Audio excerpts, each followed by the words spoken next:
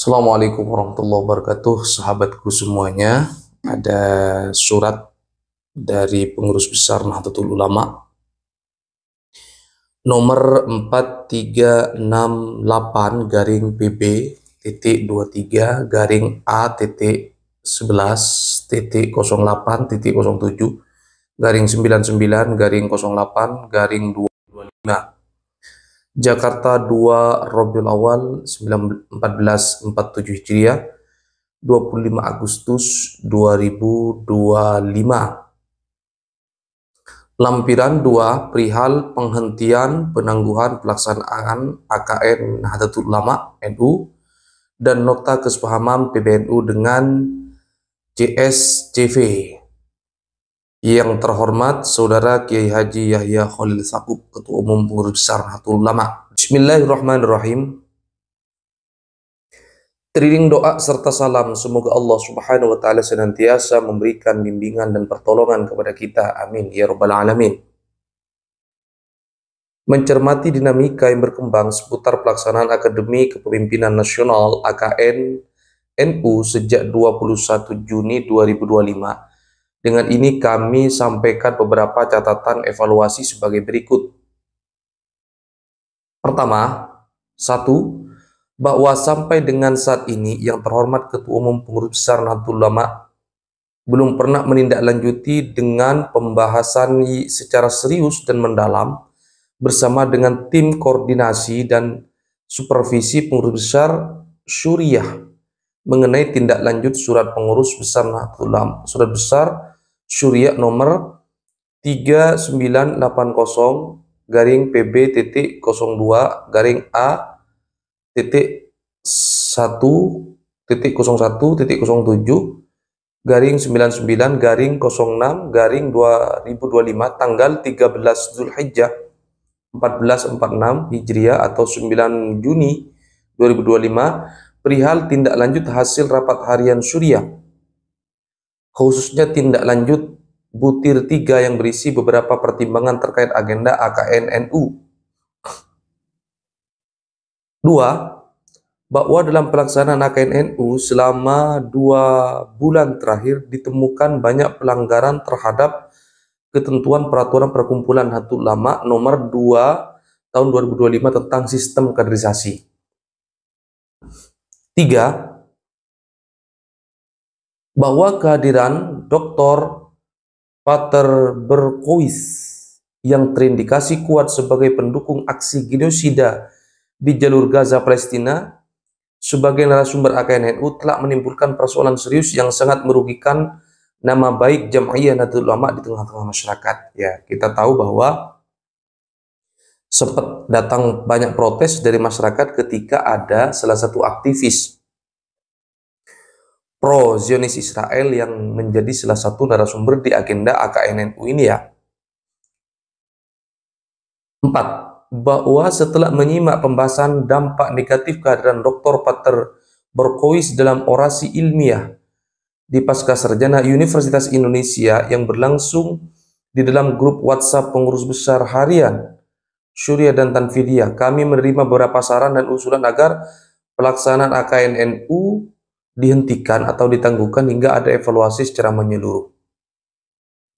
Sehubungan dengan kondisi sebagaimana disebutkan di atas serta mengedepankan prinsip darul mafasid.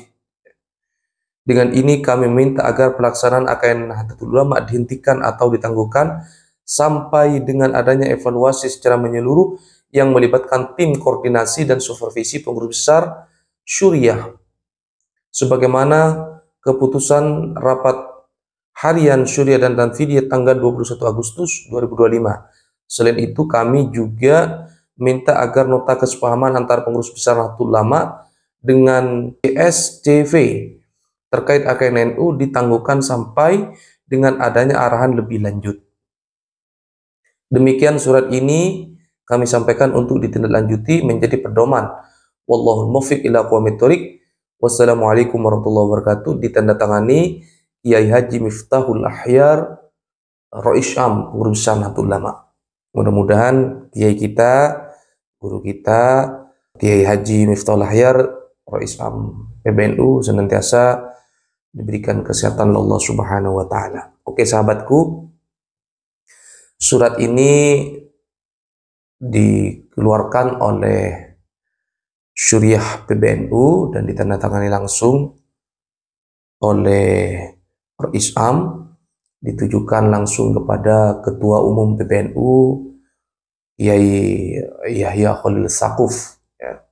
Sempat kita dengar beberapa hari yang lalu adanya narasumber dari aktivis pro-Zion Israel yang menjadi salah satu narasumber, ya. Bukan satu-satunya narasumber, narasumbernya banyak. Ada salah satu narasumber yang datang dari mereka. Ketika sudah ramai, kemudian Gus Yahya sendiri sudah mengklarifikasi dan meminta maaf. Kata beliau, kurang jeli, jangan mudah menuduh, apalagi mencaci maki, ya. Yang namanya manusia itu tempatnya salah dan lupa. Mungkin Ketum PBNU kurang jeli memeriksa narasumber ini. Kenapa? Karena memang propaganda mereka itu, kelompok mereka, ya sangat masif, terutama di negara-negara yang dianggap masih belum satu haluan dengan mereka, termasuk Indonesia. Indonesia konsisten dengan statementnya bahwa Indonesia menolak setiap penjajahan di muka bumi. Sampai hari ini Indonesia belum memiliki hubungan diplomatik dengan Israel, ya. Dan sampai hari ini satu-satunya negara yang konsisten mendukung kemerdekaan Palestina hanyalah Indonesia. Negara-negara Arab, negara-negara yang berbatasan langsung dengan Palestina saja, semuanya sudah main dua kaki. Ke sana oke, ke sini oke. Hanya Indonesia yang sampai hari ini konsisten. Makanya jangan heran kalau banyak sekali LSM mereka itu masuk ke Indonesia. Ya, bikin program beasiswa, bikin program ini, macam-macam ya. Jadi kita harus bertabayun dulu jika ada kejadian seperti kemarin, ya. Dan faktanya Isam, pengurus besar Nahdlatul Ulama, sudah mengeluarkan surat bahwa agenda itu dibekukan untuk sementara sampai ada evaluasi, terutama berkaitan dengan narasumber yang datang dari mereka. Kenapa? Karena Nahdlatul Ulama ini ada di mana-mana, di Korea, di Jepang, di Barat, di Inggris, di China, di Rusia, di mana-mana ada. Jadi Nahdlatul Ulama ini sesungguhnya organisasi internasional, ya. Dan NU ini organisasi yang sangat terbuka, yang sangat toleran, sangat tawassut. Setiap tamu yang datang pasti diterima oleh NU. Ya, mau dia muslim mau tidak, semua diterima oleh NU. Tinggal nanti, ya, ini mendatangkan maslahah atau justru mendatangkan mudarat. Itu harus betul-betul kuat memfilter. Jangan sampai mendatangkan narasumber-narasumber yang justru merugikan dan menimbulkan kontroversial di tengah-tengah masyarakat Indonesia, khususnya keluarga besar Nahdlatul Ulama. Mudah-mudahan surat ini setidaknya sudah memberikan penjelasan kepada masyarakat, ya, bahwa Nahdlatul Ulama ini masih dalam kontrol, ya. Masih banyak kiai-kiai kita, ya, yang menjaga NU. Masih banyak kiai-kiai kita yang menjaga Indonesia, insya Allah, ya. Jangan khawatir, ya. Jangan khawatir.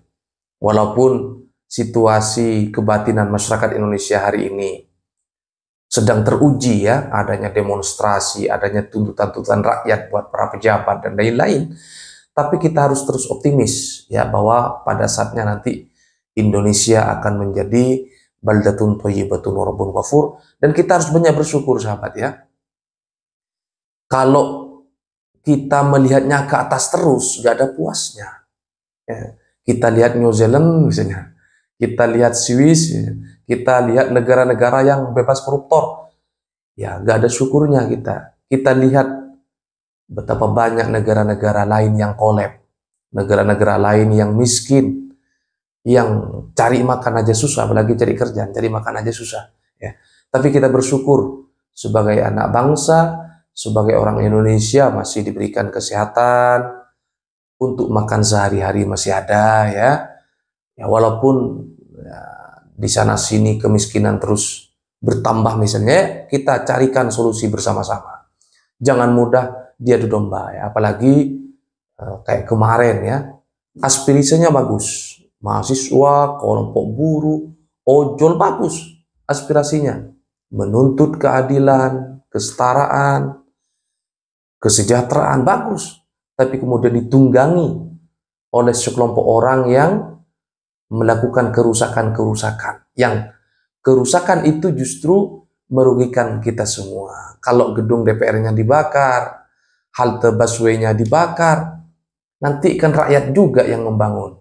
Ya, makanya ayo kita salurkan aspirasi kita sampaikan dengan cara yang baik-baik kepada pemerintah, tapi jangan sampai anarkis. Jangan sampai melakukan kerusakan, karena anarkisme dan kerusakan itu justru merugikan kita semua sebagai bangsa Indonesia. Hadanallahu yakum ajmain. Assalamualaikum warahmatullahi wabarakatuh. Sampai jumpa.